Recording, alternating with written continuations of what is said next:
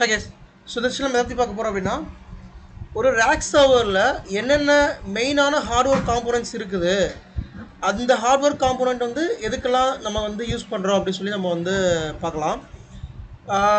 நான் ஆல்ரெடி சொல்லியிருக்கேன், நம்ம டேட்டா சென்டரில் வந்து மெயினாக ரேக் சர்வர் அதிகமாக யூஸ் பண்ணுவோம். ஸோ ரேக் சர்வரை பற்றி நீங்கள் அண்டர்ஸ்டாண்ட் பண்ண அப்படின்னா அந்த ஹார்ட்வேரை பற்றி நீங்கள் அண்டர்ஸ்டாண்ட் பண்ணணும். அந்த ஹார்ட்வேரில் மெயினாக சில பார்ட்ஸ்லாம் இருக்குது. ஓகே, ஸோ இது வந்து one of the PowerEdge rack server. இந்த பவரேஜ் ரேக் சர்வரை பொறுத்த வரைக்கும் நீங்கள் ரேக் சர்வர் இது 2U ரேக் சர்வர். நீங்கள் டைமென்ஷன் பார்த்தா உங்களுக்கு தெரியும். ஷேர் பண்ணலையோ? பண்ணிட்டேங்க. ஷேர் ஆகுது, மறுபடியும் ஷேர் பண்ணுறேன். ஸோ எகைன் ஸ்க்ரீன் ஷேர் பண்ணியிருக்கேன்.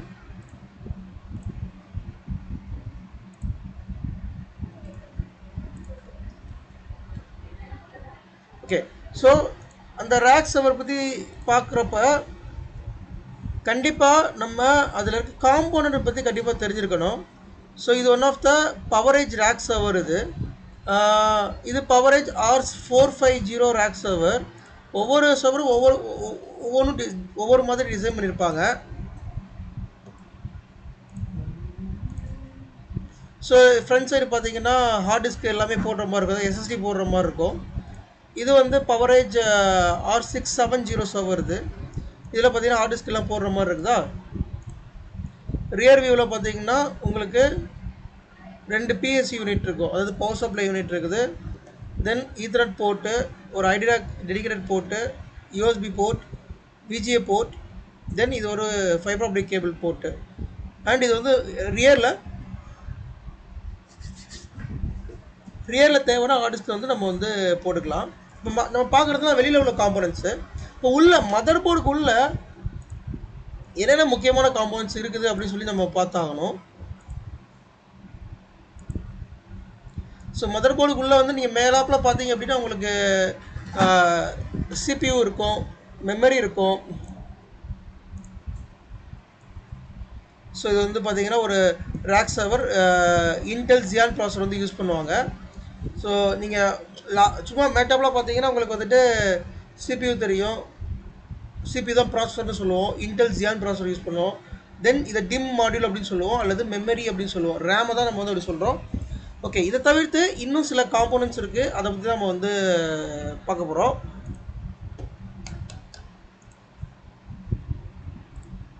இது வந்து ரேக் சர்வரோட மதர் போர்டு. நீங்கள் அந்த கேபினெட்டில் இருந்து மதர் போர்டை வெளியில் கலெக்டிங்கன்னா அந்த மதர் போர்டு இப்படி தான் இருக்கும். இந்த மதர் போர்டில் இதெல்லாமே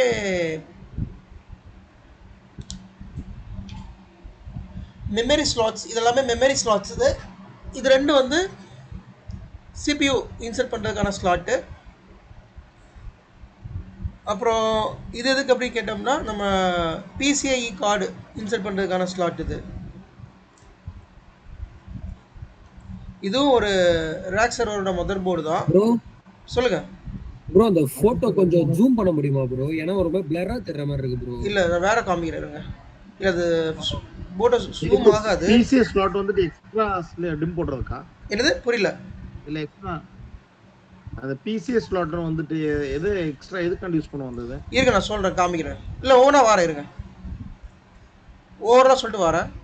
இது வந்து processor Intel Ziyan processor use பண்ணுவோம். AMD பொறுத்த வரைக்கும் AMD EPYC ப்ராசஸர் யூஸ் பண்ணுவோம். இன்டெல் பொறுத்த வரைக்கும் இன்டெல் ஜியான் ப்ராசஸர் யூஸ் பண்ணுவோம். இது ரேம் மாடியூல், இது ப்ராசஸர். இது வந்து ப்ராசஸர் 1, CPU 1 CPU 2 அது சப்போர்ட் பண்ணுற மாதிரி நமக்கு ரேம் எல்லாமே இங்கே இருக்கும், அதாவது மெமரி மாடியூல் எல்லாமே இருக்கும். இந்த CPUக்கு சப்போர்ட் பண்ணுறது இந்த மெமரி மாடியூல், இந்த CPUக்கு சப்போர்ட் பண்ணுறது இந்த மெமரி மாடியூல். இது வந்து ஹார்ட் டிஸ்க்கு அல்லது SSD நம்ம போட்டுக்கலாம் அதில். இது கேஸ், ஹார்ட் டிஸ்கோட கேஸ். இந்த கேஸில் ஹார்ட் டிஸ்க்கை உள்ளே வச்சு இன்சர்ட் பண்ணுவாங்க. ஆக்சுவலி இது வந்து இந்த சட்டா போர்ட் இருக்கும் பாருங்கள், இதுக்கு பேர் சட்டா போர்ட்னு நம்ம சொல்லுவோம். இந்த சட்டா போர்ட் வந்து டேரெக்டாக உள்ளே இன்சர்ட் ஆகும். இது வந்து கேஸ். இந்த கேஸ்க்கு உள்ளே ஹார்ட் டிஸ்க்கை வச்சுருப்பாங்க. இந்த பட்டன் இருக்கு இல்லையா, இந்த பட்டனை ப்ரெஸ் பண்ணால் அந்த கேஸோட ஹார்ட் டிஸ்க் வந்து எஜெக்ட் ஆகி வெளியில் வரும். நமக்கு தேவையான அதை ரீப்ளேஸ் பண்ணிக்கலாம். ஹார்ட் டிஸ்க்கை வந்து நம்ம வந்து ரீப்ளேஸ் பண்ணிக்கலாம். ஸோ இப்போ நம்ம பார்த்ததெல்லாம் ஓவரால் காம்போனன்ட்ஸு. இப்போ நம்ம பார்க்க போகிறது PCIe ஸ்லாட்னா என்ன, அந்த PCIe ஸ்லாட்டில் என்னென்ன காம்போனன்ட்ஸ்லாம் நம்ம வந்து இன்சர்ட் பண்ணலாம் அப்படி சொல்லி பார்க்கலாம்.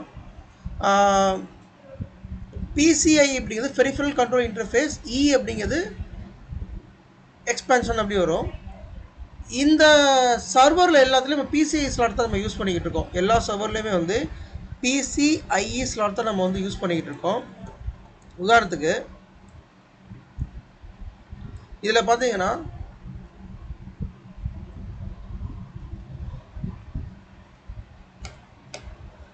ரெண்டு ஈத்தர்நெட் போர்ட் இருக்குது, ஒரு ஐடிராக் போர்ட் இருக்குது. பட் ரெண்டு ஈத்தர்நெட் போர்ட்டு ப்ரொடக்ஷனில் 10 கேட்டால் பத்தாது, கண்டிப்பாக பத்தாது. ப்ரொடக்ஷன் பொறுத்த வரைக்கும் டேட்டா சென்டரில் 6 ஈத்தர்நெட் போர்ட் இருக்கும்.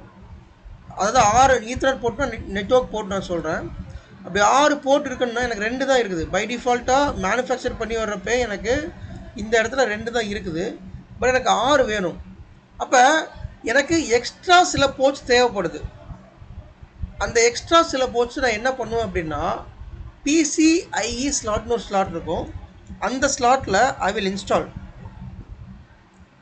உதாரணத்துக்கு இந்த மதர் போர்டில் இதுதான் PCIe ஸ்லாட்னா இங்கே நான் வந்து இன்சர்ட் பண்ணிடுவேன். இந்த இடத்துல இன்சர்ட் பண்ணிடுவேன். இன்சர்ட் பண்ணதுக்கப்புறமா இந்த பெசில்னு சொல்லுவோம், இதை வந்து பெசில் அப்படின்னு சொல்லுவோம். இந்த பெசில் ரிமூவ் பண்ணோம் அப்படின்னா அந்த PCI கார்டு வெளியில் வந்துடும். உதாரணத்துக்கு நமக்கு 4 போர்ட் இருக்குது, 2 போர்ட் இருக்குது. இந்த நிக் கார்டு பாருங்கள், இது வந்து ஒரு PCIe நிக் கார்டு, அதாவது நெட்வொர்க் இன்டர்ஃபேஸ் கார்டு. நெட்வொர்க் கார்டுமோ நிக் கார்டுமோ ஈத்தர்நெட் கார்டுமோ ஓகே. இந்த போர்ட்டுக்கு பேர் RJ45 போர்ட்டு. நம்ம இந்த கனெக்ட் பண்ணுற போர்ட்டுக்கு பேர் RJ45 போர்ட்டு.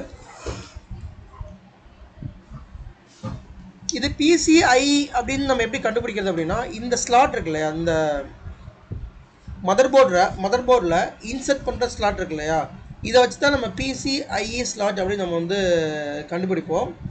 ஓகே, இப்போ இதில் பார்த்தீங்கன்னா 4 ஈத்தர்நெட் போர்ட் இருக்குது. 1 2 3 4 ஈத்தர்நெட் போர்ட் இருக்குது. இதுலேயுமே 4 ஈத்தர்நெட் போர்ட் இருக்குது. அப்போ எனக்கு 2 ஈத்தர்நெட் போர்ட் தான் இருக்குது. எனக்கு அடிஷ்னலாக இன்னும் தேவை. ஆனால் அதுக்கான செட்டப் வந்து மதர் போர்டில் கொடுத்துருப்பான். உங்களுக்கு தேவைன்னா நீங்கள் இன்சர்ட் பண்ணிக்கலாம்.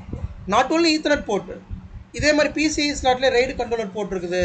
PCI ஸ்லாட்லேயே வந்துட்டு HPA கார்டு இருக்குது. எல்லாமே மோஸ்ட்லி எல்லாமே வந்து PCIe ஸ்லாட்டில் தான் வரும். இந்த இமேஜை பார்த்தா உங்களுக்கு தெளிவாக தெரியும், இது ஒரு PCIe கார்டு. இந்த PCIe கார்டில் இது ஈத்தர்நெட் கார்டு. அப்போ ஈத்தர்நெட் PCIe கார்டு நமக்கு வந்து வந்திருக்கு. அப்போ இந்த இதை என்ன பண்ணுவோம் அப்படின்னா, மதர் போர்டில் இன்சர்ட் பண்ணுவோம்.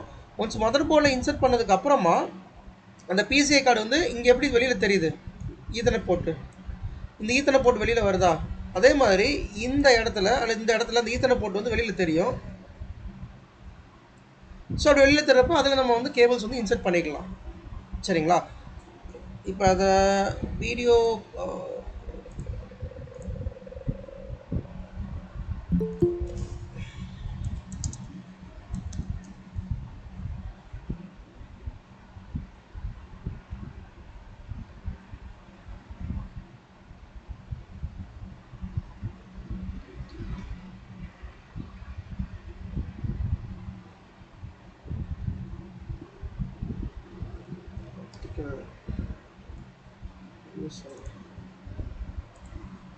வீடியோ நான் காமிக்கிறேன். PCI ஸ்லாட்டில்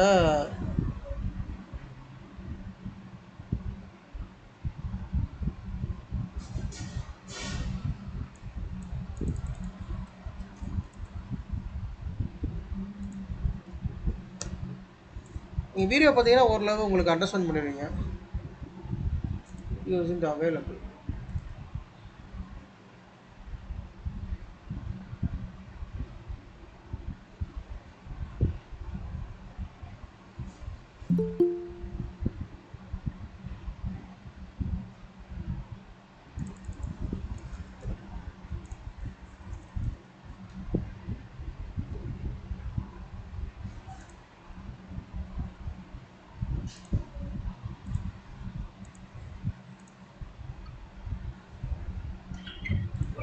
இது ஒரு டெல்லோட அஃபீஷியல் வெப்சைட்.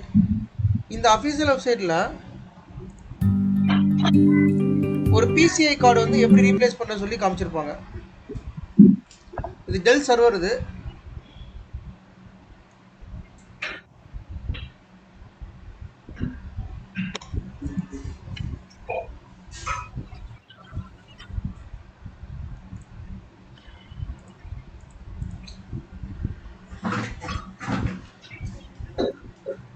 மீட் பண்ணுங்க. எஸ் மீட் பண்ணுங்க. இது லோட் ஆகுது.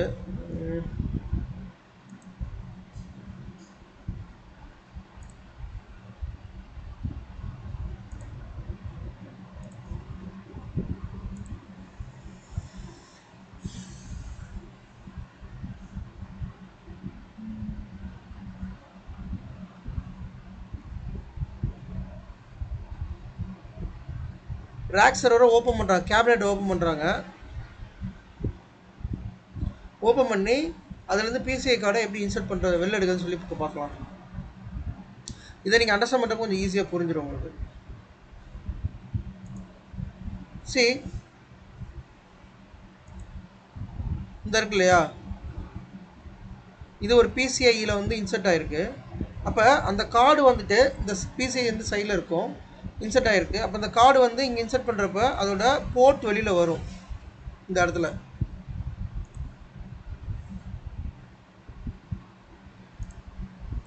இந்த இருக்கு இல்லையா, இதான் பிசிஐஇ ஸ்லாட்டு. சரியா, இந்த பிசிஐஇ ஸ்லாட்டில் இந்த பிசிஐ கார்டை வந்து இன்சர்ட் பண்ணுறோம்.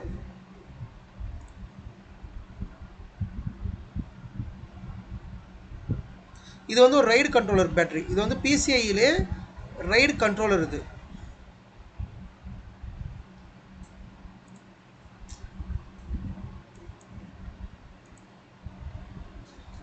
அப்பனா பிசிஐ வச்சு நம்ம ரைட் போட்டுக்கலாம். ஹெச்பி கார்டு, நெட்வொர்க் கார்டு 3 எல்லாமே இருக்கு. பிசிஐல RAID control, RAID card, network card, HBI card எல்லாமே இருக்கு பிசிஐல. நீங்க அதை பார்த்து போட்டுக்கணும். ஓகே, இது பிசிஐ ரைடு கார்டு. இப்போ இதில் வந்து ரைடு கார்டில் இந்த சைடு எம்டியாக இருக்கும். இதே நெட்வொர்க் கார்டாக இருந்துச்சுன்னா இந்த சைடில் வந்து அந்த நெட்வொர்க் போர்ட் வரும். இப்போ உங்களுக்கு கான்செப்ட் புரியும்னு நினைக்கிறேன். சரிங்களா, இது பெசில். இந்த பெசில் ஓப்பன் பண்ணி நெட்வொர்க் கார்டு வந்து உங்களுக்கு வெளியில் வரும். இதுதான் கான்செப்ட்.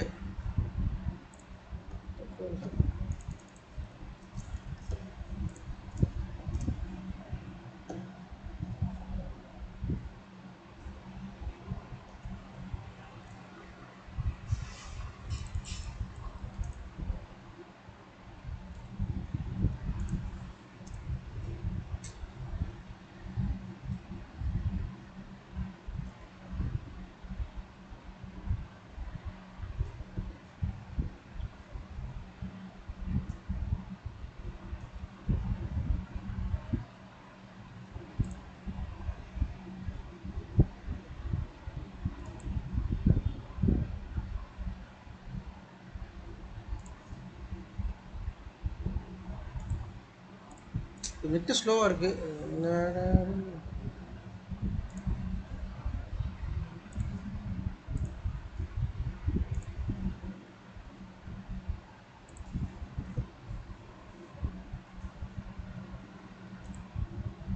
சரி, இது பிசிஐ ஸ்லாட்டு. இந்த பிசிஐ ஸ்லாட்டில் நம்ம உள்ளே இன்சர்ட் பண்ணுறோம். தென் அந்த பெசிலுக்கு வெளியில் வந்துட்டு, இது பெசில்னு சொல்லுவோம், பெசிலுக்கு வெளியில் வந்து போர்ட் வந்து நமக்கு வந்துடும்.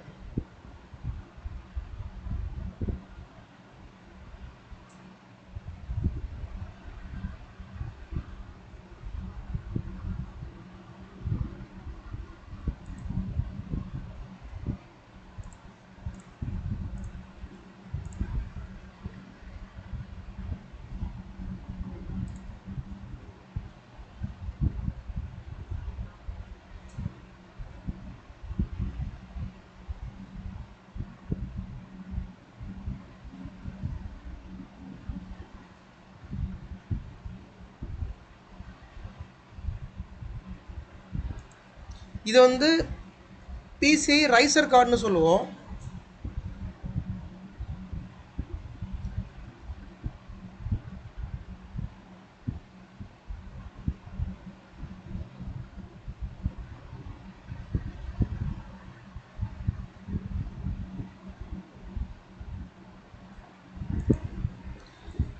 இதுக்கு பேர் ரைசர் கார்டு.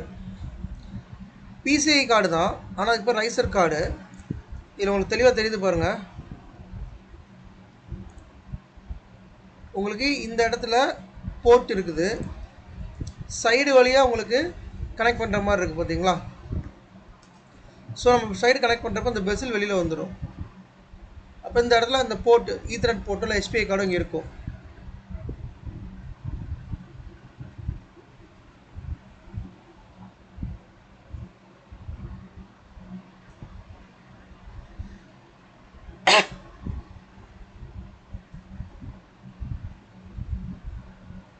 இதில் பார்த்தீங்கன்னா ரைசர்னு போட்டிருக்கோம். ரைசர் கார்டு அப்படின்னா அட்டாச்மெண்ட்டோடு இருக்கிறது தான் ரைசர் கார்டுன்னு சொல்லுவோம். இன்னொன்று டாட்டர் கார்டுன்னு ஒன்று இருக்கும்.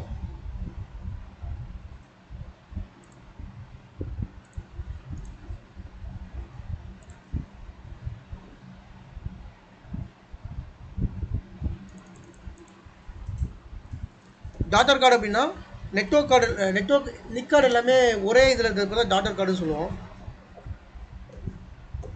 How to replace network daughter card for PowerEdge R740 server.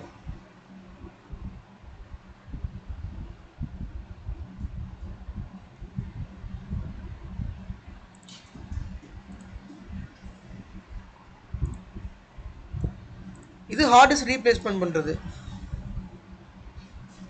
Del PowerEdge சர்வரில் எப்படி ஒரு ஹார்ட் டிஸ்க் வந்து இன்சர்ட் பண்ணுறது அப்படி சொல்லி இதில் பார்க்கலாம்.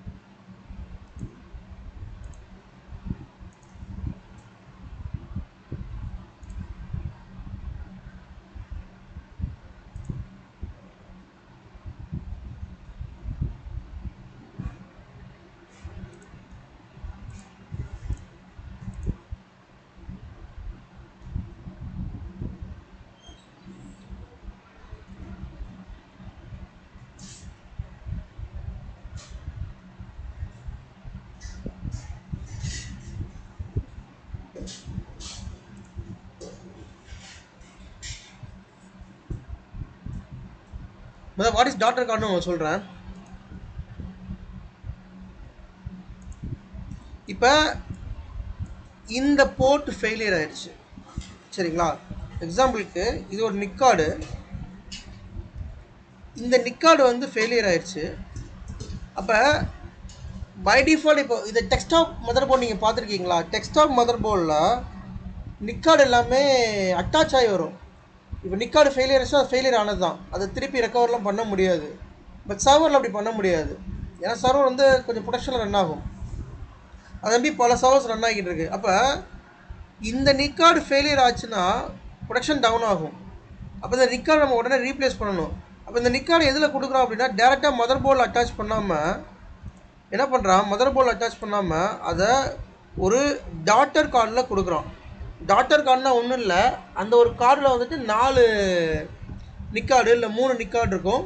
அது மதர் போர்டில் அட்டாச் பண்ணுற மாதிரி இருக்கும். மதர் போர்டில் டேரெக்டாக அட்டாச் ஆகாமல் அந்த கார்டு மூலமாக அதை அட்டாச் பண்ணுற மாதிரி இருக்கும். அதுதான் இந்த வீடியோவில் பார்த்தா கொஞ்சம் நல்லா புரியும். லோட் ஆகிட்டுருக்கு.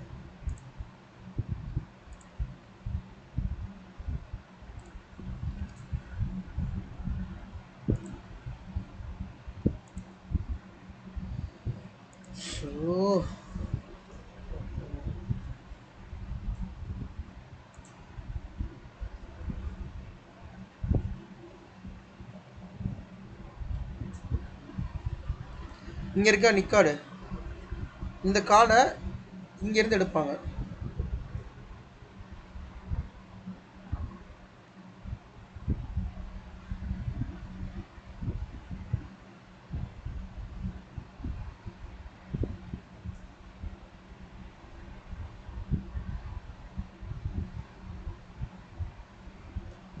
இப்போ நீங்கள் பார்த்தீங்கன்னா இதில் 3 நிக் போர்ட் இருக்குது சரியா. 3 நிக் போர்ட் இருக்குது. இதில் one of the port failure ஆயிடுச்சு. இப்போ நான் அதை வந்து ரீப்ளேஸ் பண்ணணும் அப்படின்னா இந்த டாட்டர் கார்டு, ரைசர் டாட்டர் கார்டுன்னு சொல்லுவோம், இந்த கார்டை நம்ம ரீப்ளேஸ் பண்ணிக்கலாம் நம்ம அதை ஆர்டர் போட்டு. இப்போ அதுக்கு மேலே உள்ள அந்த கேசிங்லாம் கலட்டிட்டு இது கனெக்ட் ஆகிருக்கு பாருங்கள்.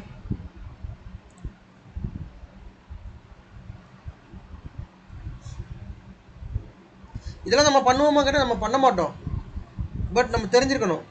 இதை பண்ணுறதுக்கு நம்ம கைட் பண்ணுற மாதிரி இருக்கும். சம்டைம்ஸு நம்ம தெரிஞ்சிருந்தால் தான் நம்ம இதை கைட் பண்ண முடியும். மோஸ்ட்லி இந்த ஆக்டிவிட்டிலாம் யார் பண்ணுவோம் அப்படின்னா அந்த வெண்டாரே பண்ணிடுவாங்க. ஓகே, அந்த வெண்டார்னால் அந்த டெல், ஹெச்பி அவங்க இன்ஜினியர்ஸ் வருவாங்க, வந்து அவங்கள ரீப்ளேஸ் பண்ணிடுவாங்க. சம்டைம்ஸ் அது வாரண்டியில் இல்லை அப்படின்னா நம்ம தான் பண்ணுற மாதிரி இருக்கும். நம்மனா நீங்கள் வந்து அங்கே லோக்கல் டேட்டா சென்டரில் இருக்கிறவங்கள கைட் பண்ணி பண்ணுற மாதிரி வரும். பட் அது ரொம்ப ரேரான கேஸ் தான். But however it is, daughter கார்ட்னா என்ன, பிசிஐ ஸ்லாட்னா என்ன நீங்கள் தெரிஞ்சிருந்தால் தான் அதில் ஏதாவது இஷ்யூ வர்றப்போ உங்களுக்கு அதை ட்ரபிள் ஷூட் பண்ணுறதுக்கு ஈஸியாக இருக்கும். இப்போ நல்லா பாருங்கள், இந்த இடத்துல நிக் கார்டு இருந்துச்சா, இங்கே நிக் கார்டு இருக்குது, நிக் போர்ட் இருக்குது. இந்த போர்ட்டை கம்ப்ளீட்டாக கலட்டிடுறாங்க.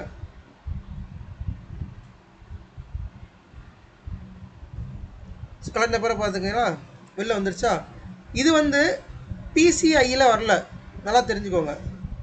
இது பிசிஐ கார்டு கிடையாது, இது வந்து டாட்டர் கார்டு அல்லது ரைசர் கார்டுன்னு சொல்லுவோம்.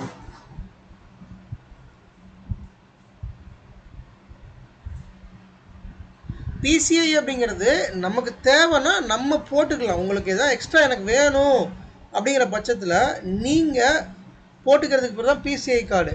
இந்த டாட்டர் கார்டு, ரைசர் கார்டு அப்படிங்கிறது ஆட்டோமேட்டிக்காக அவன் வர்றப்பே ஃபேக்ட்ரி டிஃபால்ட்டில் ஃபேக்ட்ரிலேருந்து மேனுஃபேக்சர் பண்ணி வர்றப்பே அந்த கார்டு வந்துடும். பட் பிசிஐங்கிறது நீங்கள் உங்களுக்கு என்ன தேவையோ அதுக்கேற்ற மாதிரி மாடிஃபை பண்ணி போட்டுக்கலாம்.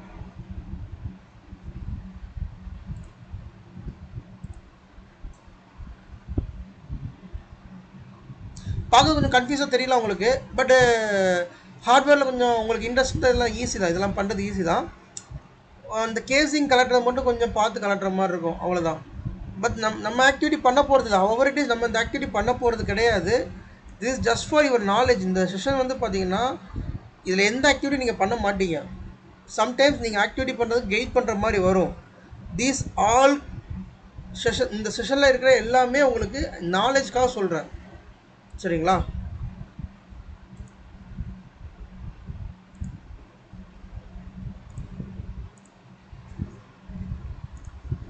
ஓகே,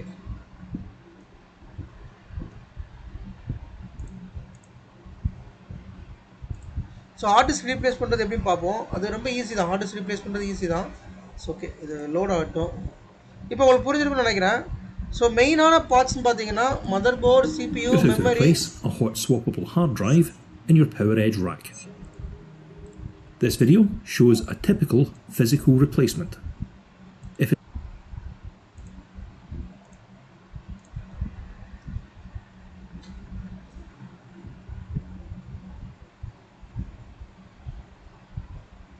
இதுக்கு பேர் பெசில். பெசிலை வெளியில் எடுத்துடுறாங்க. கேஸ் இது வந்து ஹார்ட் டிஸ்க்கு, ரைட்டா. ஹார்ட் டிஸ்கில் இந்த பட்டன் வந்து ப்ரெஸ் பண்ணால் ஹார்ட் டிஸ்க் எஜெக்ட் ஆகும். இது ஹார்ட் டிஸ்க் கேஸ். இது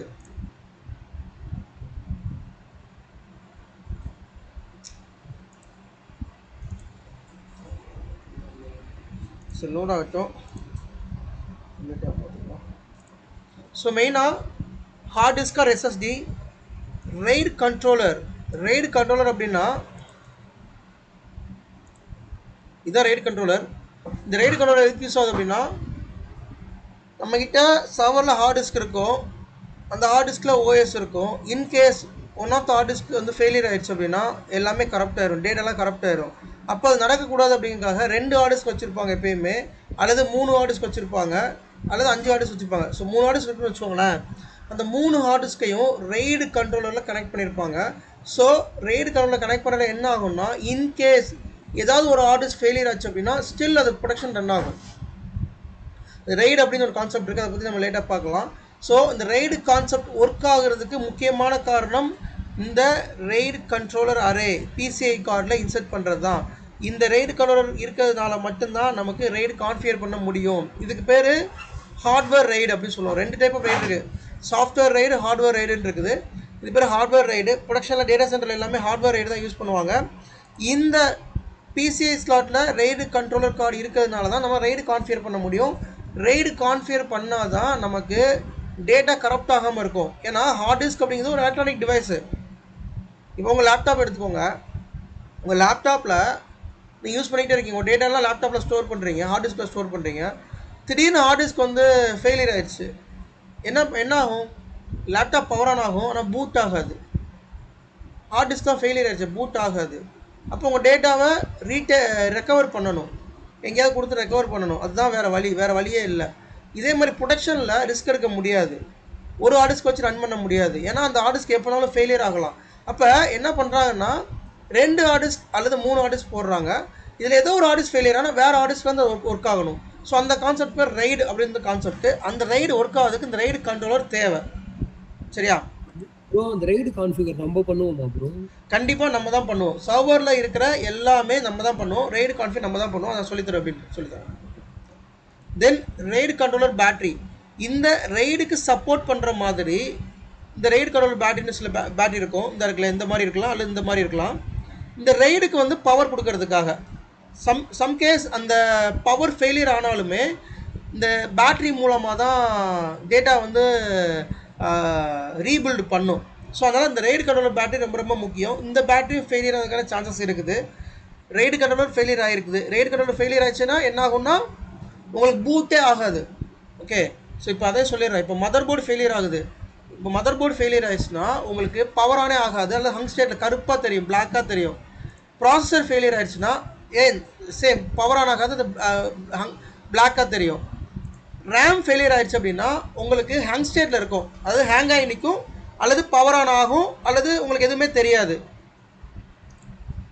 ஹார்ட் டிஸ்க் ஃபெயிலியர் ஆச்சு அப்படின்னா நமக்கு ரைடு இருக்குது. ஒரு ஹார்ட் டிஸ்க் ஃபெயிலியர் ஆச்சு, இன்னொரு ஹார்ட் டிஸ்க் ஒர்க் ஆகும். இன்கேஸ் ரைடு கண்ட்ரோலர் ஃபெயிலியர் ஆச்சு அப்படின்னா உங்களுக்கு மொத்த ரைடுமே காலி ஆயிரும். லைக் பூட்டே ஆகாது, அதை பவர் ஆன் பண்ணுறப்ப பூட்டே ஆகாது. பேட்ரி பிரச்சனை வந்தால் ஒன்றும் பிரச்சனை இருக்காது. தென் நிக்கார்டு ஃபெயிலியர் ஆச்சு அப்படின்னா அந்த இப்போ ஃபார் எக்ஸாம்பிள் இந்த நிக்கார்டு இருக்குது, PCI நிக்கார்டு இருக்குது. இதில் ஒரு போர்ட் மட்டும் தான் ஃபெயிலியர்னா பிரச்சனை இல்லை. பட் இந்த PCI ஸ்லாட்டே ஃபெயிலியர் அப்படின்னா இந்த 4 நிற்குமே டவுன் ஆயிரும். ஓகே, ஸோ இந்த மாதிரி ஒவ்வொரு காம்போனண்ட்டுக்கும் ஒவ்வொரு வேலை இருக்குது. சரியா? நிக்கார்டு பார்த்தாச்சு. டாக்டர் கார்டு பார்த்தாச்சு. டாக்டர் கார்டுன்னு என்னென்னா இப்போ நான் காமிச்சேன் இல்லையா, பை டிஃபால்ட்டாக ஃபேக்ட்ரியிலேருந்து வர்றப்ப இந்த டாக்டர் கார்டோட தான் வரும். HPI கார்டு முக்கியமாக பார்க்க போகிற இந்த HPI கார்டு. இந்த HPI கார்டு வந்து எதுக்கு யூஸ் பண்ணுறோம் அப்படின்னா ஸ்டோரேஜை கனெக்ட் பண்ணுறதுக்காக இந்த HPI கார்டு யூஸ் பண்ணுவோம். HPI கார்டு வந்து PCIe ஸ்லாட்டில் வரும்.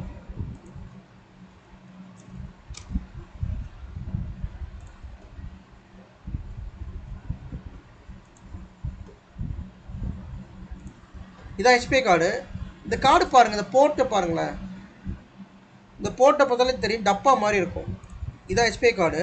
HPI கார்டு வந்து மோஸ்ட்லி எதுக்கு யூஸ் பண்ணுவோம் அப்படின்னா சாண்ட் ஸ்டோரேஜ் கனெக்ட் பண்ணுறதுக்கு. அதாவது நம்ம டேட்டா சென்டரில் டேட்டா எல்லாமே ஸ்டோரேஜில் கனெக்ட் ஆகிருக்கும், அதுக்கு பேர் சாண்ட் ஸ்டோரேஜ் அப்படின்னு சொல்லுவோம். அந்த சாண்ட் ஸ்டோரேஜ் ஃபைபர் கேபிளில் கனெக்ட் ஆகிருக்கும். இந்த இருக்கு இல்லையா, இது பார்த்து ஃபைபர் போர்ட். இது உங்களுக்கு ஈத்தர்நெட் போர்ட்டுக்கும் ஃபைபர் போர்ட்டுக்கும் டிஃப்ரென்ஸ் நீங்கள் ஈஸியாக கண்டுபிடிச்சிடலாம். இந்த மாதிரி டெம்பிள் சைஸில் இருந்தால் அது ஈத்தர்நெட் போர்ட்டு. இந்த மாதிரி உங்களுக்கு ஒரு பாட்டில் மாதிரி இருந்துச்சுன்னா அதுக்கு பேர் ஃபைபர் போர்ட்டு. ஸோ இது ஃபைபர் கேபிள் கனெக்ட் பண்ணுறதுக்கான போர்ட்டு. HPI கார்டு அப்படிங்கிறது ஹோஸ்ட் பஸ் அடாப்டர். இதை பற்றி இன்னும் டீட்டெயிலாக ஸ்டோரேஜ் கிளாஸில் நான் சொல்லுவேன். பட் இப்போதைக்கு ஞாபகம் வச்சுக்கோங்க, HPI which is used to communicate between the SAN storage. இந்த HPI மூலமாக தான் நம்மளோட சர்வரில் சாண்ட் ஸ்டோரேஜ் டேரெக்டாக கனெக்ட் பண்ண முடியும்.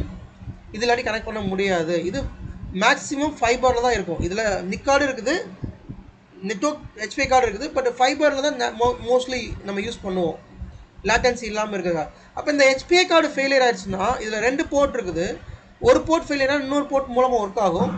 இன்கேஸ் இந்த கார்டு ஃபெயிலியர் ஆயிடுச்சு அப்படின்னா நமக்கு என்ன ஆகும்னா மொத்த ஸ்டோரேஜ் கனெக்ட் ஆகாமல் போயிடும், அப்போ டவுன் ஆயிரும். ஓகே, ஸோ HPI கார்டு வந்து ரொம்ப ரொம்ப முக்கியமான ஒரு டிவைஸ். இது HPI கார்டு ஃபெயிலியர் ஆகக்கூடாது. அப்படி ஆயிடுச்சு அப்படின்னா நமக்கு ஸ்டோரேஜ் வந்து கம்யூனிகேஷன் இருக்காது. Next PSU, power supply unit. Power supply யூனிட்னா நான் ஆல்ரெடி உங்களுக்கு காமிச்சிருக்கேன். எல்லா சர்வர்லையும் 2 PSU யூனிட் இருக்கும். இதா இருக்கு இல்லையா, இது வந்து பவர் சப்ளை யூனிட், PSUன்னு சொல்லுவோம். இந்த சர்வரில் பவர் சப்ளை பாருங்கள்.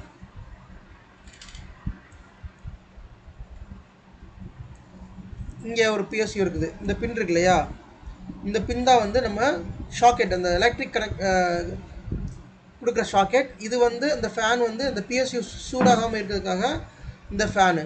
ஸோ எப்பயுமே ஒரு சர்வரில் 2 பவர் சப்ளை யூனிட் இருக்கும். ஏன் அப்படின்னா ஒன்று ஃபெயிலியர் ஆனால் இன்னொன்று ஒர்க் ஆகும்.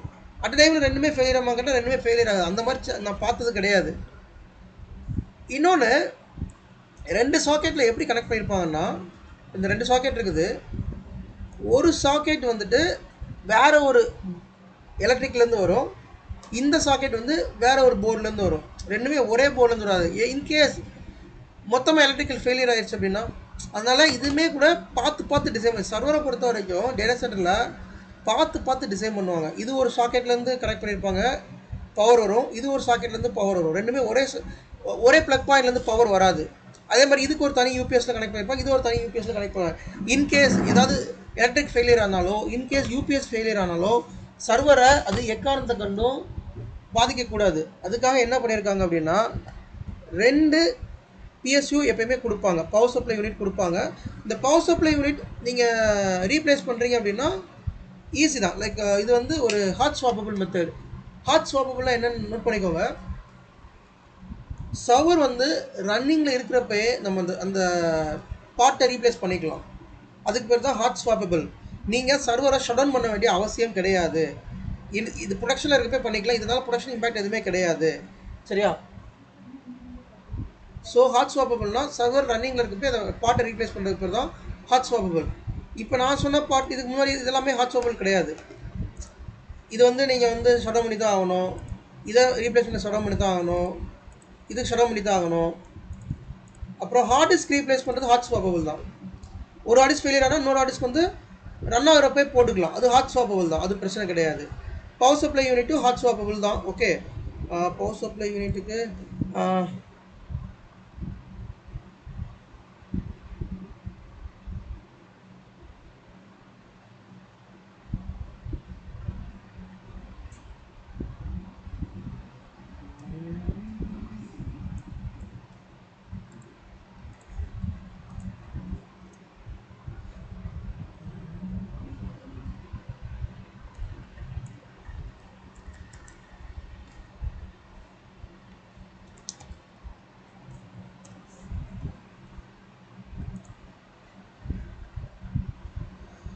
how to replace PSU, power supply unit. டெல்லே வந்து உங்களுக்கு தெளிவாக ஒவ்வொரு காம்பனண்ட்டுக்கும் போட்டிருக்கான், பிளேலிஸ்ட் பண்ணி போட்டிருப்போம். அதை நீங்கள் வந்து நான் தான் இது காமிக்கணும்னு அவசியம் இல்லை, நீங்களே வந்து கூகுளில் போட்டு அந்த வீடியோ எடுத்து நீங்களே கூட ஒவ்வொரு மாடலுக்கும் பார்த்துக்கலாம் தேவைன்னா.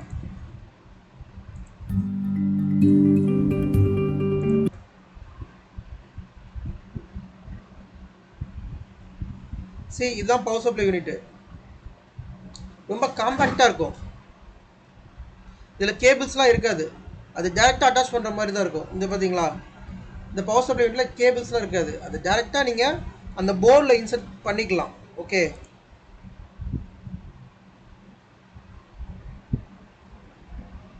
இது நீங்கள் சர்வர் லைவில் இருக்கப்பே பண்ணிக்கலாம், ஒன்றும் பிரச்சனை கிடையாது. ஏன்னா நமக்கு தான் 2 பவர் சப்ளை யூனிட் இருக்குல்ல, அதனால் ஒன்று ஃபெயிலியர் ஆகிறப்ப இன்னொன்று ஈஸியாக நம்ம வந்து ரீப்ளேஸ் பண்ணிடலாம். அப்புறம் BIOS CMOS battery. So BIOS CMOS battery ரொம்ப ரொம்ப முக்கியமான ஒரு காம்போனண்ட்டு, ரொம்ப சின்ன ஒரு காம்போனண்ட் தான் பயாஸ் சிமாஸ் பேட்டரி அப்படிங்கிறது.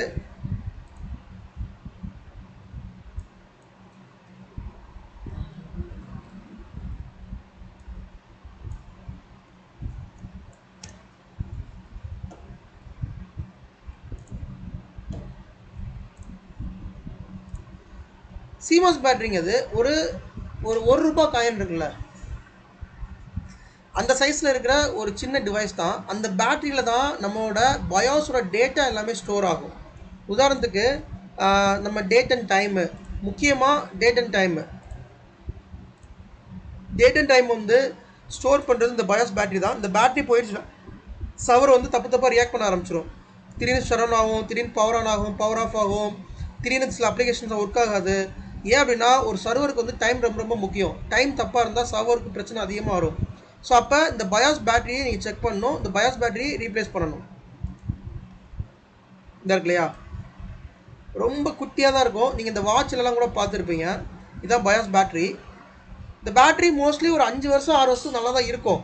சர்வர் ரொம்ப பழசாச்சு அப்படின்னா அந்த பேட்டரி போகிறதுக்கான சான்சஸ் இருக்குது. மோஸ்ட்லி அதோட கெப்பாசிட்டி ஒரு 5 வருஷத்துக்கு கண்டிப்பாக வந்துடும். ரொம்ப பழைய சர்வர்லாம் பார்த்தீங்கன்னா பயாஸ் பேட்டரி ஃபெயிலியர் ஆகும்.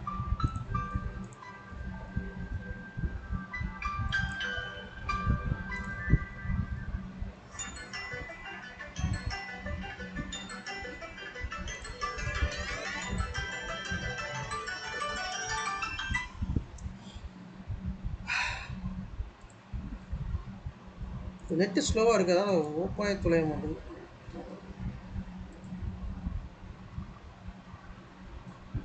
ஸோ டாக்டர் கார்டு இருந்துச்சு, டாக்டர் கார்டு ரிமூவ் பண்ணிட்டான். ரிமூவ் பண்ணிவிட்டு இந்த பயாஸ் பேட்டரியை வெளில எடுத்துடலாம்.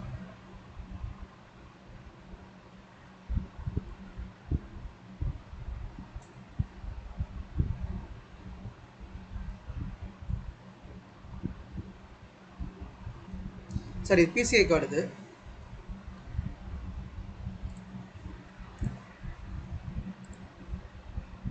ரைசர் கார்டு அப்படிங்கிறது நம்ம பார்த்தோம் இல்லையா, ஒரு பேக்கேஜ் மாதிரி வரது ரைசர் கார்டு, டாக்டர் கார்டு சொல்லுவோம். Hard disk backplane, hard disk பேக் பிளேன்கிறது ஒரு முக்கியமான காம்போனெண்ட்டு.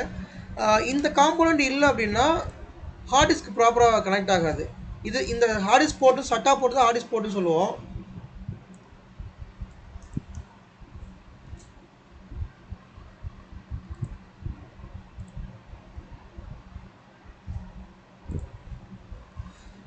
மோஸ்ட்லி ஹார்ட் டிஸ்க்கு எஸ்எஸ்டிலாம் பார்த்தீங்கன்னா சட்டா போர்ட்டில் கனெக்ட் ஆகிருக்கும். அப்போ அந்த சட்டா போர்ட் வந்து டேரெக்டாக அந்த பேக் பிளேனில் தான் கனெக்ட் ஆகிருக்கும். இந்த பேக் பிளேன் கம்ப்ளீட்டாக ஃபெயிலியர் ஆச்சுன்னா ஹார்ட் டிஸ்க் எல்லாமே ஃபெயிலியர் ஆயிரும், பூட் ஆகாது, சர்வர் வந்து பூட் ஆகாது.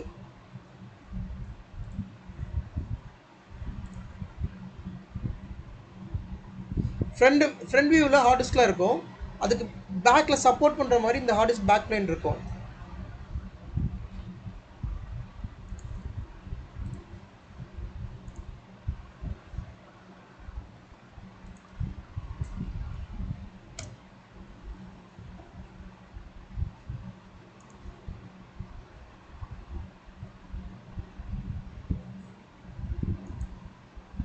இந்த மாதிரி தான் இருக்கும், ரொம்ப சின்ன டிவைஸ் தான் அது.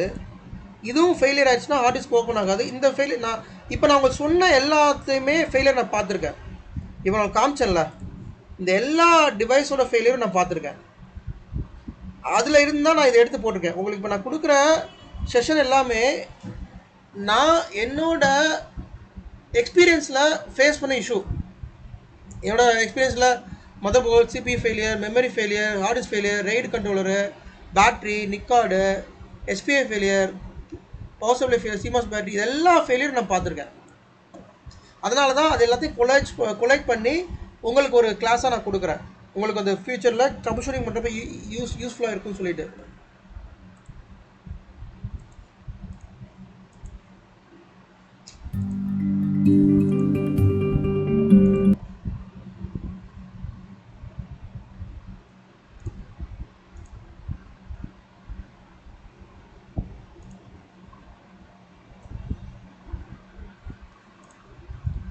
Heart disk backplane remove பண்ணுறதுக்கு முன்னாடி ஹார்ட் டிஸ்க் எந்தெந்த பொசிஷனில் இருக்கோ அந்த பொசிஷனை நீங்கள் நோட் பண்ணிக்கணும். ஹார்ட் டிஸ்க் ஒன்று எங்கேருந்து கலெக்டிங்களோ அங்கே தான் அதை மறுபடியும் இன்சர்ட் பண்ணணும்.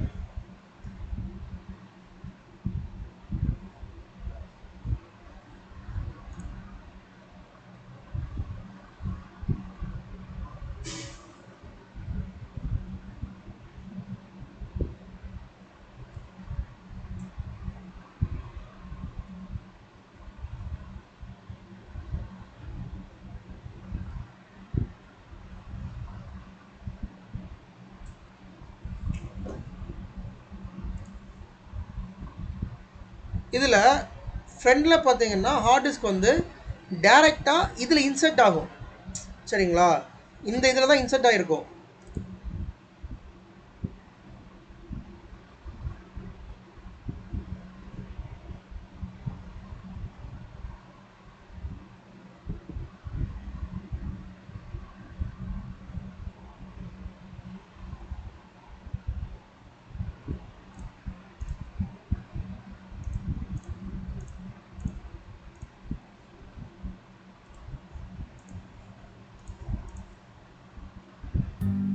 ஸோ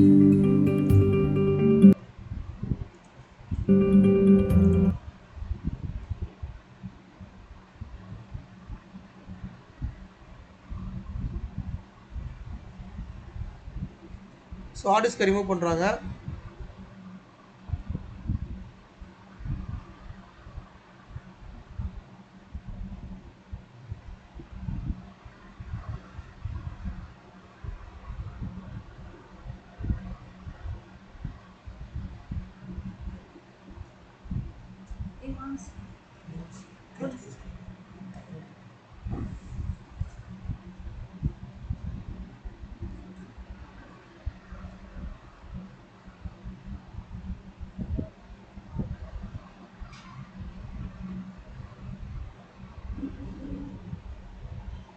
இதுவுமே நம்ம பண்ணுற ஆக்டிவிட்டி கிடையாது, சப்போர்ட் இன்ஜினியர் வந்து பண்ணுவாங்க.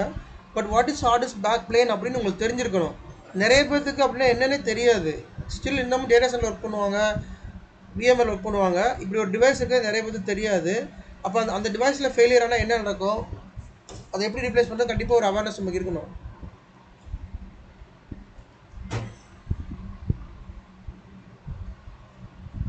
இந்த இது புரியல என்னது?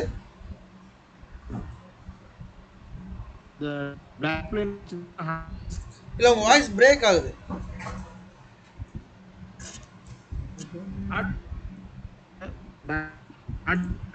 இல்லை கம்ப்யூட்டர் வாய்ஸ் பிரேக் ஆகுது, சுத்தமாக கேட்கல.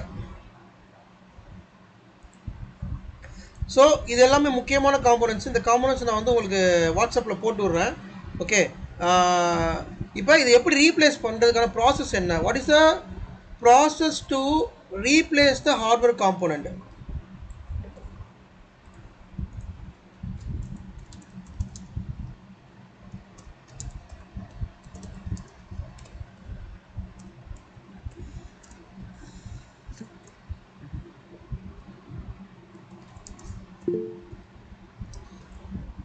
ஒரு ஹார்ட்வேர் வந்து ஃபால்ட்டியாக இருந்துச்சுன்னா நம்ம அதை எப்படி ரீப்ளேஸ் பண்ணுறது அப்படின்னு சொல்லி நம்ம வந்து பார்க்கலாம். ஸோ ஃபஸ்ட்டு நீங்கள் கேஸ் ரைஸ் பண்ணணும். Create case with vendor.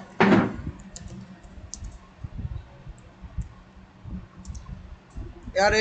Del, HPE, Cisco, இந்த மாதிரி வெண்டார்ட்ட கேஸ் ரைஸ் பண்ணணும். Second, we have to upload the logs.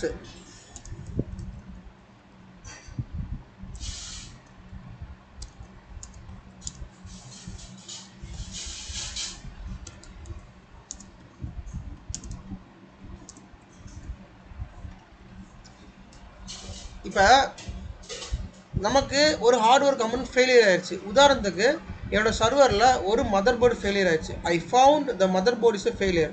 R என்னோட சர்வரில் one of the memory failure ஆயிடுச்சு. அப்போ ஃபஸ்ட்டு நீங்கள் ஒரு கேஸ் ரைஸ் பண்ணணும். கேஸ் ரைஸ் பண்ணது முதல் அது வாரண்டியில் இருக்கணும். நல்லா கவனிச்சுக்கோங்க, முதல் அது வாரண்டியில் இருக்கணும். மோஸ்ட்லி ப்ரொடக்ஷன் இருக்கிறதுலாம் வாரண்டியில் இருக்கும். தென் வாரண்டியில் இருக்கிறதுக்கு வந்து நீங்கள் கேஸ் ரைஸ் பண்ணிக்கலாம். கேஸ் ரைஸ் பண்ணதுக்கப்புறமா அவங்க வந்து லாக்ஸ் அப்லோட் பண்ண சொல்லுவாங்க. டெல்லாக இருந்தால் டிஎஸ்ஆர் லாக் கொடுக்கணும், ஹெச்பியாக இருந்தால் ஏஹெச்எஸ் லாக் வந்து நம்ம கொடுக்கணும்.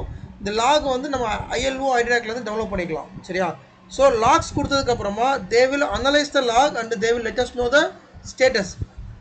உதாரணத்துக்கு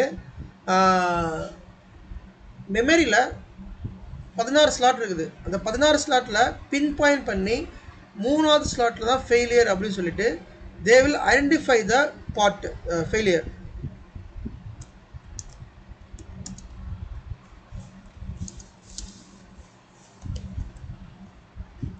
அவங்க எக்ஸாக்டாக எதில் ஃபால்ட்டி இருக்குன்னு ஐடென்டிஃபை பண்ணுவாங்க. ஐடென்டிஃபை பண்ணிவிட்டு then they will send the part.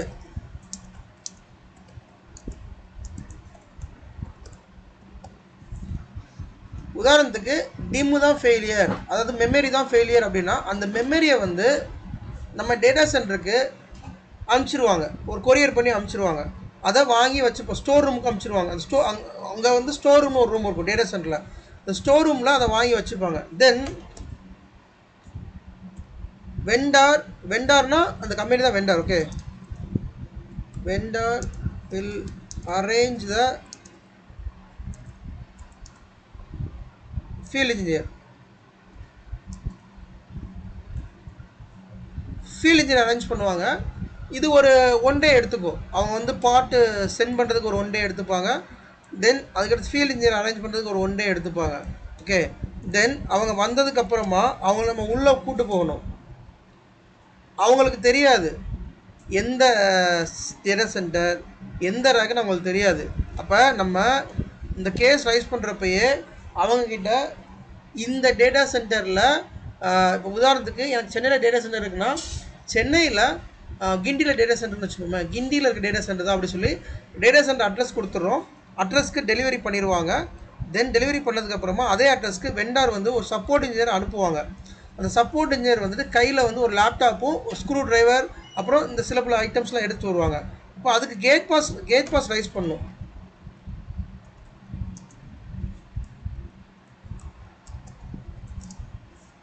இந்த கேட் பாஸில் என்ன நம்ம மென்ஷன் பண்ணோம் அப்படின்னா, கேஸ் இப்போ நான் சொல்கிற ப்ராசஸ் எல்லாமே இப்போ கரண்டாக எல்லா டேட்டா சென்டர்லேயும் ஃபாலோ பண்ணுற ப்ராசஸ், சரிங்களா?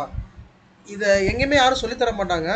பட் என்னோடய எக்ஸ்பீரியன்ஸில் இதை நான் அனுபவப்பட்டதுனால இதை நான் உங்களுக்கு சொல்லித்தரேன். நான் இதுதான் ப்ராசஸ்னு. இது இன்டர்வியூவில் கேட்பாங்களாம். கேட்டால் இன்டர்வியூவில் என்ன கேட்பாங்கன்னா, என்ன ஹார்ட்வேர் ஃபெமிலியராக இருக்கீங்க, அந்த ஹார்ட்வேரில் ஏதாவது ஃபால்ட்டி இருந்தால் என்ன பண்ணுவீங்க அப்படிங்கிற கொஸ்டின் L2க்கு கேட்டிருக்காங்க. நிறைய பர்சன்ட் கேட்டிருக்காங்க. அப்போ இதை நீங்கள் சொல்லிக்கலாம், இந்த மாதிரி ப்ராசஸ் நீங்கள் வந்து சொல்லிக்கலாம். ஓகே, அண்ட் ஆல்சோ நீங்கள் ஒர்க் பண்ணுற இடத்துல இதெல்லாம் தெரிஞ்சிருந்தால் தான் உங்களை ஒரு L2வை மதிப்பாங்க.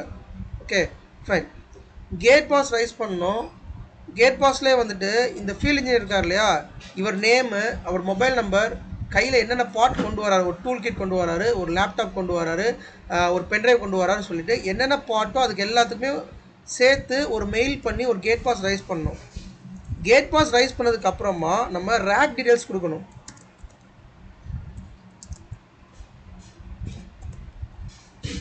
ஸோ அந்த ரேக் டீடைல்ஸ் ஏன்னா அவங்களுக்கு தெரியாது எந்த ரேக்கில் இருக்குன்னு அவங்களுக்கு தெரியாது.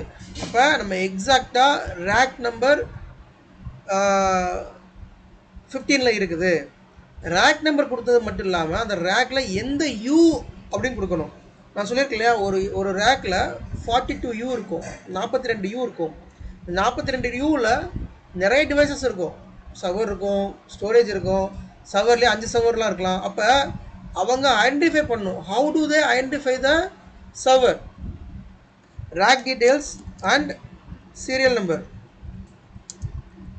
இதை வச்சு தான் ஐடென்டிஃபை பண்ண முடியும். உதாரணத்துக்கு ரேக் 15 போயிடுவாங்க.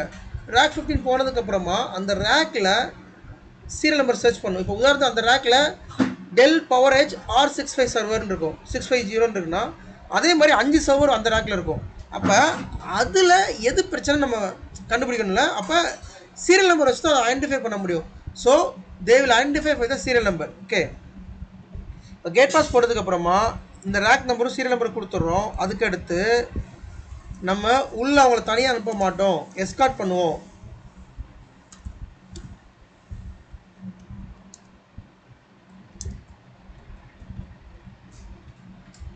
எஸ்கார்ட் அப்படின்னா அது நம்மளோட டேட்டா சென்டர்.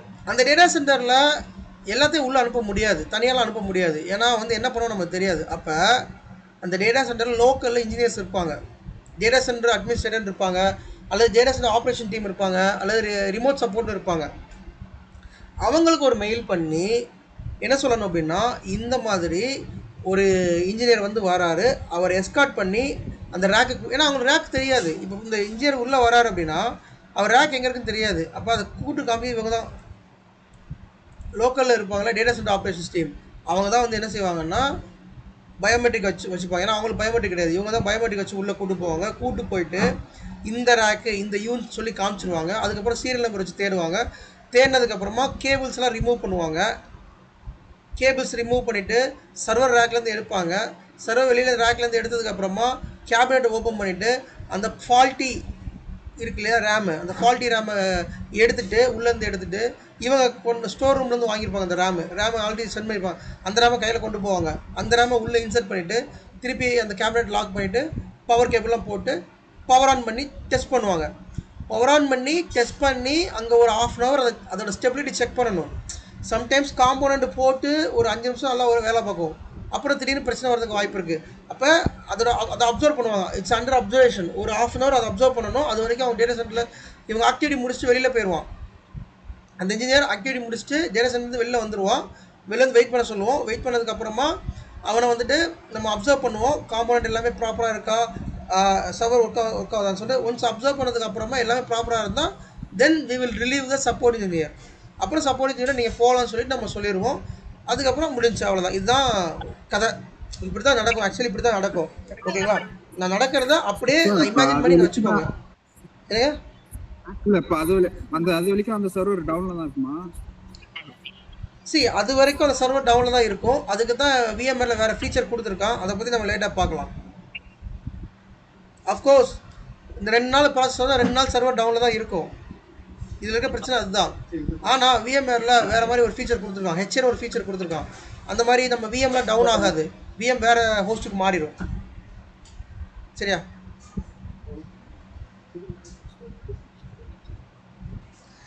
ஓகே. ஸோ இதுதான் கம்ப்ளீட் ப்ராசஸ். இது நோட் பண்ணிக்கோங்க. சரியா?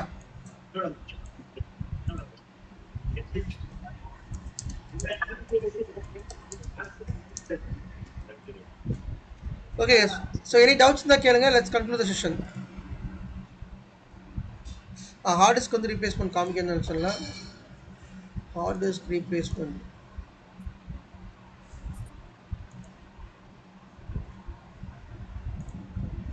ப்ரோ இப்போ நோ டவுன் டைம் ப்ரோ அதெல்லாமே ரிடண்டன்சி இருக்கிறதுனால தானா? நோ டவுன் டைம்னா புரியல. ஸோ ஹார்ட் டிஸ்க் ரீப்ளேஸ்மெண்ட் எக்ஸாம்பிளுக்கு சொல்கிறேன். இல்லை, hard disk replacement down time கிடையாது. ஏன் அப்படின்னா ரெடிடன்சி இருக்குல்ல, ரைடு கான்ஃபிகர் பண்ணியிருக்கோம்ல. ஸோ ரைடு கான்ஃபிகர் பண்ணுறதுனால அது ரெடிடன்சி இருக்கும் அதில். ஓகே இப்போ 5 ஹார்ட் டிஸ்க் இருக்குன்னா அதில் 1 ஃபெயிலியர் பண்ணிக்கலாம். பேலன்ஸ் 4 இருக்கிறதுனால லைக் நம்ம அந்த ஃபெயிலியரான ஹார்ட் டிஸ்கை ரீப்ளேஸ் பண்ணுறோம். ஆமாம். அப்படியே. ஸோ இதுக்கு ஹார்ட் டிஸ்க் கேஸு இது. ஓகே, கேஸ்லேருந்து ஹார்ட் டிஸ்க்கு வெளியில் இருக்கணும். எடுத்துகிட்டு வேறு ஹார்ட் டிஸ்க்கை போடணும். கேஸில் போட்டு ஸ்க்ரூ பண்ணணும். பண்ணிவிட்டு அந்த கேஸை உள்ளே இன்சர்ட் பண்ணணும்.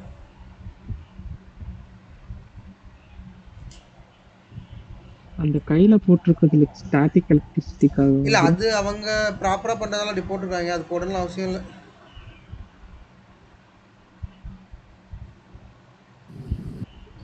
இந்த ஆடியோ காம்பவுண்ட் ஃபெயில் ஆகுது சார். அது வந்து எப்படி நீங்க ஐடென்டிஃபை பண்றீங்க? என்னதுங்க புரியல? சார் அந்த ஆடியோ காம்பவுண்ட் லிஸ்ட் ஆஃப் கொடுத்தீங்க சார். இதெல்லாம் நான் வாட்ஸ்அப்பில் அனுப்புகிறேன். இல்ல சார், அது எப்படி ஃபெயில் ஆகும் எப்படி சார் நீங்க ஐடென்டிஃபை பண்ணுவீங்க? ஸோ இந்த லிஸ்ட்டை ஃபுல்லாக வாட்ஸ்அப்பில் அனுப்புகிறேன். நான் நம்ம குரூப்பில் போட்டு விட்றேன். இல்ல ப்ரோ, அது ஃபெயிலியர் ஆயிடுச்சுன்னா எப்படி ஐடென்டிஃபை பண்றதுன்னு கேக்குறாங்க. அது ஐடென்டிஃபை பண்ணுறதுக்கு நான் ஆல்ரெடி சொல்லியிருக்கேன் இல்லையா? அது ஐடென்டிஃபை பண்ணுறதுக்கு நம்ம ஐஎல்ஓ ஐடியாக்கு லாகின் பண்ணோம். உங்களுக்கு இன்னும் அந்த கிளாஸ் எடுக்கல, நான் எடுக்கிறப்ப சொல்கிறேன். ஐஎல்ஓ ஐடியாக்கு லாகின் பண்ணி அதில் செக் பண்ணிக்கலாம். இந்த பார்ட் தான் ஃபெயிலியர் சொல்லிட்டு அதிலே காமிச்சிடும், தெளிவாக காமிச்சிடும். இந்த பார்ட் தான். அதையும் மீறி உங்களுக்கு டவுட் இருக்குன்னா நீங்கள் வெண்டாட்ட கேஸ் ரைஸ் பண்ணுவீங்களா, அவங்க தெளிவாக சொல்லிடுவாங்க இந்த பார்ட் தான் ஃபெயிலியர் சொல்லிட்டு. ஓகேவா சார்? இப்போ ஹலோ சார், சொல்லுங்கள் சார் இப்போ இந்த ஹார்ட் டிஸ்கை ரிமூவ் பண்ணல சார், மித்த 4 ஹார்ட் டிஸ்க்குமே நமக்கு வந்து அந்த இதில் தானே கனெக்ட் ஆகிருக்கும். ஆமாம். இப்போ இந்த ஹார்ட் டிஸ்க் வந்து நீங்கள் ஒரு ஹார்ட் டிஸ்க் தான் எடுக்கிறீங்க. 4 ஹார்ட் டிஸ்க் தான் இருக்கும். ஒரு ஹார்ட் டிஸ்க் தான் நீங்கள் ரிமூவ் பண்ணுறீங்க. Okay sir. அதனால எந்த இம்பாக்டும் கிடையாது. அது இப்போ எந்த ஹார்ட் டிஸ்க்ல ஓஎஸ் கொடுப்பாங்க? இல்ல 4 ஹார்ட் டிஸ்க்ல ஓஎஸ் வந்து ஈக்குவலா இருக்கும். அந்த ரைடு கிளாஸ் எடுத்தா உங்களுக்கு புரியும். 4 ஹார்ட் டிஸ்க்ல ஈக்குவலா ஓஎஸ் இருக்கும். Okay okay. அது ரைடு கான்செப்ட்ல வரும். எல்லா டேட்டாவும் ஒரே ஹார்ட் டிஸ்க்ல இருக்காது. டேட்டா வந்து செக்ரிகேட் ஆகிருக்கும். அதனால தான் டாலரன்ஸ் ஏத்துக்குது. ஒரு ஃபெயிலியர் ஆனால் ஏத்துக்குது. ஓகே, அது ரைடு கிளாஸ்ல நான் தெளிவாக எடுக்கிறேன். Okay okay sir. Okay sir, thank you. நம்ம நெக்ஸ்ட் கிளாஸ் பார்க்கலாம். ஓகே, நெக்ஸ்ட் கிளாஸ் வந்துட்டு